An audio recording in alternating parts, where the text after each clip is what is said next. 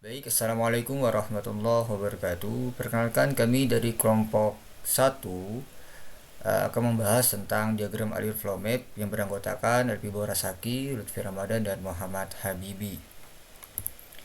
Oke, pada tahap ini, pada pembahasan kali ini, ada beberapa yang akan kami bahas terkait materi flow map, yaitu definisi flow map itu sendiri. Kedua ada fungsi, kita akan membahas fungsi dari flow map itu. Yang ketiga, jenis-jenis flow map. Ada apa aja sih di jenis-jenis flow map itu? Selanjutnya langkah keempat itu adalah membahas tentang studi kasus, yang mana studi kasus itu kita ambil dari tugas praktikum sistem informasi logistik. Dari tahap 4 hingga kelima ini kita fokus terkait studi kasus. Selanjutnya yang keenam adalah kesimpulan. Langsung saja kita masuk ke pembahasan materi. Pada dari sini, flow map itu berdiri ya, atau pada tahun 1990 mulai dikembangkan dengan program simple untuk aliran barang dan juga manusia di peta. Dalam program flow map dikembangkan oleh Tom De Jong yang fokus pendidikannya di Universitas Utrecht, Belanda. Adapun definisi dari flow map itu sendiri adalah gabungan peta dan flowchart yang menunjukkan pergerakan benda dari satu lokasi ke lokasi lainnya, seperti jumlah orang dalam migrasi, jumlah barang yang diperdagangkan, atau jumlah paket dalam jaringan. Flow map menolong analisis dan programmer untuk memecahkan masalah ke dalam segmen-segmen yang lebih kecil dan menolong dalam menganalisis alternatif-alternatif lain dalam pengoperasian. Selanjutnya, apa sih dari fungsi flow map itu? Jadi fungsi flow map itu mendefinisikan hubungan antara pelaku proses manual yang terkomputerisasi dan aliran data berupa dokumen keluar dan masuk.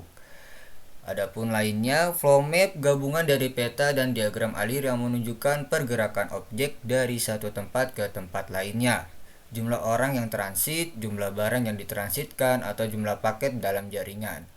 Flow map membantu analisis dan pemrograman memecahkan masalah menjadi segmen yang lebih kecil dan menganalisis alternatif lain dalam produksi. Selanjutnya ini ada jenis-jenisnya yang akan dibahas oleh LP Borasaki. Kepada LP Borasaki dipersilahkan.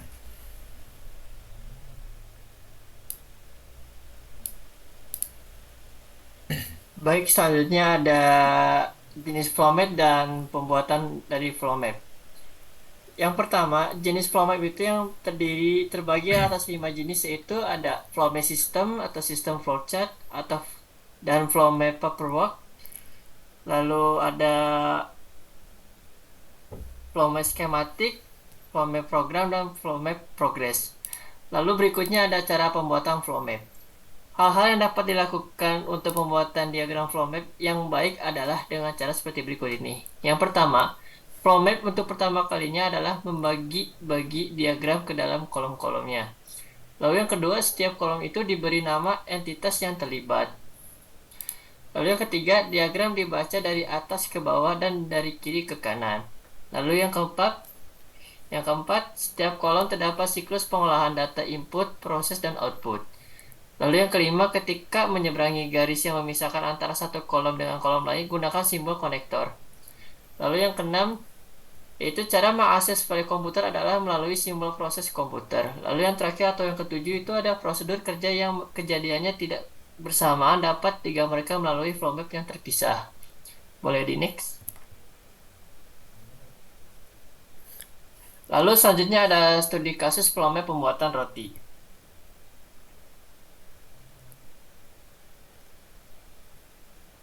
Di sini kita akan menjelaskan tentang simbol flow map. Yang pertama itu yang simbol dari dokumen ini menunjukkan dokumen input atau output untuk proses manual atau komputer. Lalu yang kedua adalah proses atau yang simbolnya persegi panjang. Merupakan proses kegiatan yang dilakukan dengan komputerisasi. Lalu yang ketiga ada proses manual, kegiatan proses yang dilakukan dengan manual. Lalu yang keempat ada garis alir, yaitu jadi menunjukkan alir data dari atau ke proses. Lalu yang kelima itu ada data store, Jadi itu menunjukkan penyimpanan arsip atau dokumen non-komputer. Lalu yang keenam ada database, yaitu tempat penyimpanan data berbasis database. Lalu yang tujuh itu ada data elektronik, jadi itu tuh menunjukkan laporan data elektronik. Boleh di next. Lalu selanjutnya ada mendeskripsikan flow map pembuatan roti. Yang pertama itu human resource atau manusianya atau orangnya yang terlibat. Jadi di sini tuh yang A adalah merekrut karyawan dengan ketentuan dan kualifikasi yang sesuai dengan bidang keahlian, serta memberikan pelatihan sesuai bidang atau job desk yang sudah diberikan. Lalu, setelah merekrut karyawan yang sudah sesuai, maka dilakukan oleh accounting, maka HR pabrik rutin mendata gaji karyawan dari dokumen atau data gaji karyawan yang sudah didapatkan dan memberikan gaji ke karyawan sesuai dengan slip gaji atau data yang ada. Karyawan mendapatkan menerima hasil pekerjaan berupa slip gaji yang sesuai. Next. Lalu ada sales and distribusi. Setelah proses pada bagian HR, maka sales and distribution menentukan segmen pelanggan dan melakukan promosi produk roti untuk menarik atau memikat perhatian para customer untuk membeli produk tersebut. Kemudian akan mengambil pesanan konsumen dengan mengeluarkan dokumen formulir pemesanan. Setelah itu, dokumen data pesanan akan diserahkan ke stok dan Anda akan mendapatkan detail pesanan. Next. Lalu berikutnya itu menggunakan dokumen data pesanan yang tadi peroleh dari bagian produksi, penjualan dan distribusi memeriksa pesanan roti setelah menyelesaikan langkah berikutnya untuk menentukan apakah pesanan tersebut sesuai dengan pesanan customer atau tidak. Jika pesanan roti tidak sesuai dengan keinginan customer, maka sales and distribution akan melaporkan kepada departemen produksi. Namun jika diisyaratkan atau sesuai dengan oleh pemesan atau customer, maka sales and distribution akan melakukan pengiriman produk dan memperoleh informasi pemesanan roti. Data harus diperoleh dari dokumen yang berisi data pemesanan roti. Selanjutnya akan dibacakan oleh Muhammad Habibi.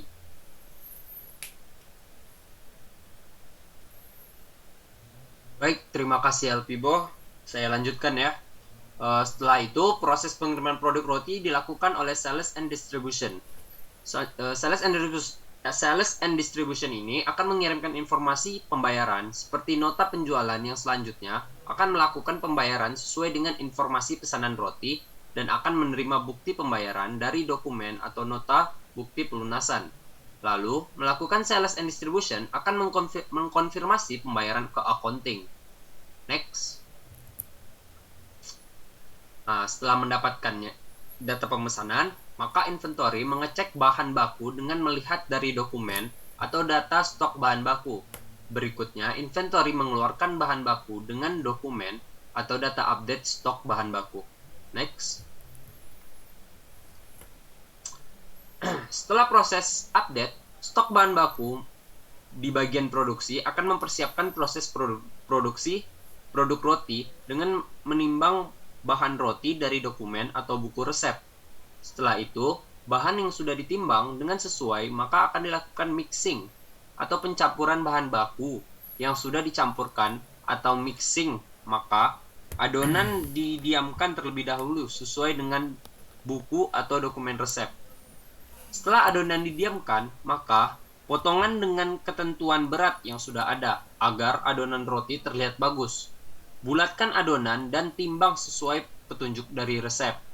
Terus simpan ke dalam loyang. Lalu periksa kembali semuanya. Adonan juga dipanggang hingga matang sebelum ditarik dan dilunakkan. Jika roti sudah dingin, maka roti tersebut akan dibungkus atau dilakukan picking roti tersebut.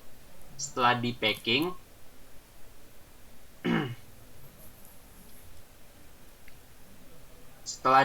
dengan rapi, roti akan dikirim ke sales and distribution untuk melakukan pengecekan sesuai permintaan dan pengecekan pesanan dari dokumen atau data pemesanan. Next. Setelah melakukan pengiriman, maka accounting akan melakukan perhitungan jumlah pesanan dari dokumen atau data pesanan dan membuat laporan jalan. Selanjutnya, accounting akan menghitung ongkos kirim disertakan dokumen jalan dan accounting menghitung total jumlah pembayaran dari data nota penjualan, maka akan menghasilkan informasi pemesanan produk roti tersebut.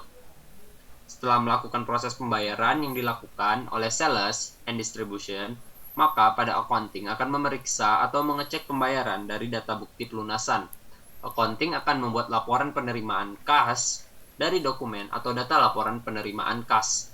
Setelah para karyawan diberikan gaji oleh HR, accounting akan membuat laporan keuangan dalam berbentuk dokumen laporan keuangan agar pemasukan dan pengeluaran sesuai, tidak terjadi kesalahan ataupun lainnya.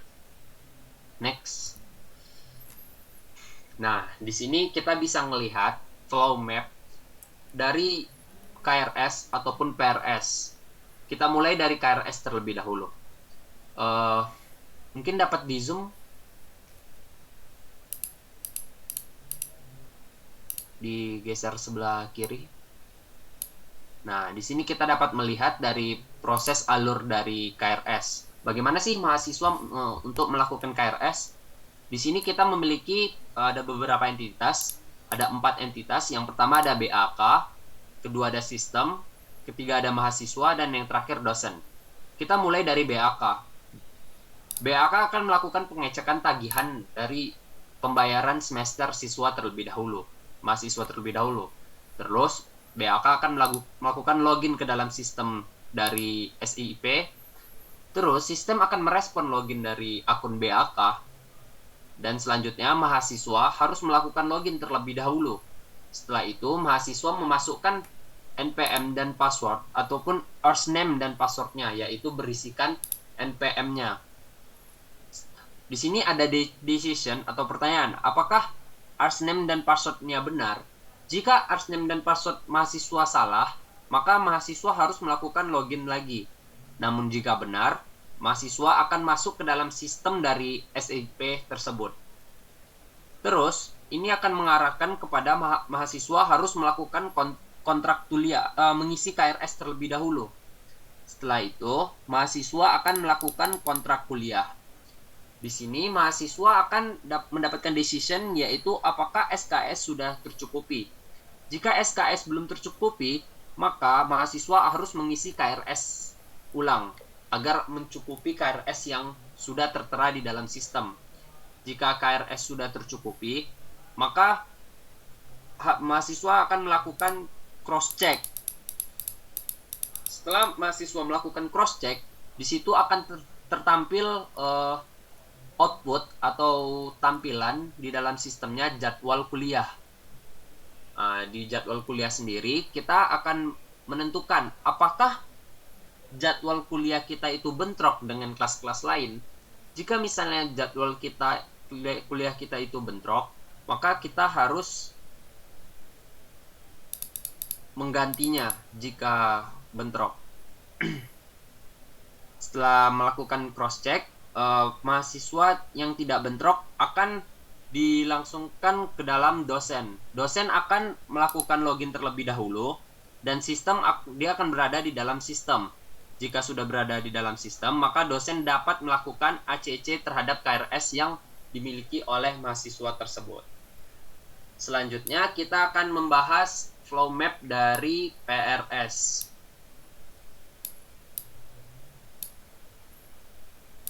Di sini ada flow map dari PRS, di mana entitas yang diberikan ada 3 buah entitas. Yang pertama ada mahasiswa, kedua ada dosen wali, dan yang terakhir ada BAK. Di mana yang pertama mahasiswa harus mengisi formulir mahasiswa harus login terlebih dahulu ke dalam SIP dari ULBI. Setelah itu mahasiswa melakukan input username dan password yang berisikan NPM dan password mahasiswa sendiri. Di situ juga tertera apakah username dan passwordnya benar. Jika salah, mahasiswa harus melakukan login terulang atau menginput password dan username yang benar. Jika benar, maka dia akan mahasiswa langsung aja mengisi formulir dari PRS yang akan diisi, yang akan diganti. Setelah itu, di sini dosen wali akan mengisi juga formulir rencana studi PRS apa yang akan diubah oleh mahasiswa tersebut. apakah PRS-nya disetujui oleh dosen wali. Jika tidak, maka mahasiswa akan mengisi PRS-nya ulang. Biasanya dosen wali tidak menyetujui PRS-nya dikarenakan masih ada kelas-kelas lain yang akan bentrok dengan mahasiswa yang memilih PRS tersebut. Jika PRS tersebut disetujui, maka pengisian informasi status PRS harus dilakukan oleh dosen wali. Mengirimkan informasi status PRS ini ya setelah decision itu. Setelah itu masuk ke dalam sistem dari BAK. BAK akan memeriksa keuangan yang telah dibayarkan oleh saat KRS sebelumnya. Di sini ada decision lagi, apakah keuangan dari mahasiswa tersebut sudah sesuai atau sudah terbayarkan. Jika belum, BAK akan menunggu update data keuangan dari mahasiswa tersebut dan akan menuju ke pemeriksaan keuangan kembali. Jika sudah mengisi, maka BAK akan melakukan registrasi kepada PRS mahasiswa tersebut. Selanjutnya, jika sudah melakukan registrasi, tentu saja akan ada dokumen informasi status dari PRS. Terus, registrasi juga terhubung ke pembuatan kartu studi mahasiswa. Dan pembuatan kartu studi mahasiswa ini juga terhubung ke dalam dokumen dari kartu studi mahasiswa. Dari kartu studi mahasiswa ini terhubung juga penanda tangan kartu studi mahasiswa. Bentuk dari gambar ini adalah penandatanganan secara manual. Selanjutnya, ini menunggu update data keuangan juga secara manual dan melakukan arsip kartu studi mahasiswa prodi. Selanjutnya akan mendapatkan arsip kartu studi mahasiswa di prodi. Barulah selesai. Baik, sekian dari flow map yang telah saya tampilkan. Saya kembalikan kepada Lutfi Ramadan. Baik, terima kasih teman-teman atas pemaparan materinya. Baik, itu tadi soal studi kasus yang kami bahas tentang flow map. Jadi flow map itu apa sih? Sebenarnya itu apa sih kegunaan dan fungsinya itu? Flow map itu jadi sebuah alat visualisasi data yang digunakan untuk memetakan arus atau aliran data, informasi atau material dari satu tempat ke tempat lainnya. Lalu penggunaannya itu untuk apa? Penggunaannya itu kita dapat memahami dengan lebih baik bagaimana suatu sistem atau proses bekerja, termasuk mengidentifikasi kemungkinan titik-titik lemah atau bottleneck yang dapat menyebabkan masalah atau penundaan. Selain itu nih, flow map itu juga dapat membantu dalam perencanaan, dalam pengambilan keputusan seperti mengevaluasi alternatif rute atau mengoptimalkan aliran material dalam suatu pasok.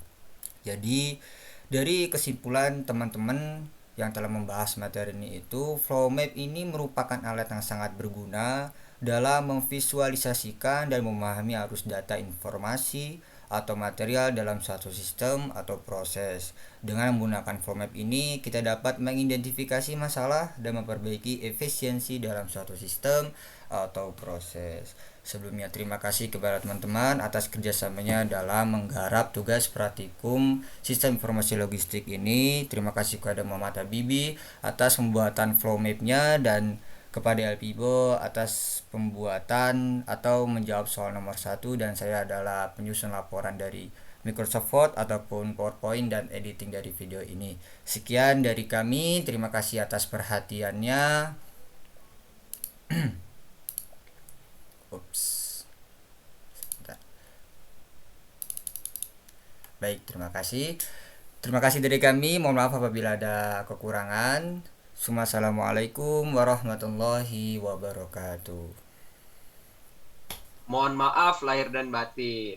Oh iya. Marhaban ya Ramadan. Selamat menunaikan ibadah puasa pada semuanya. Wabarakatuh.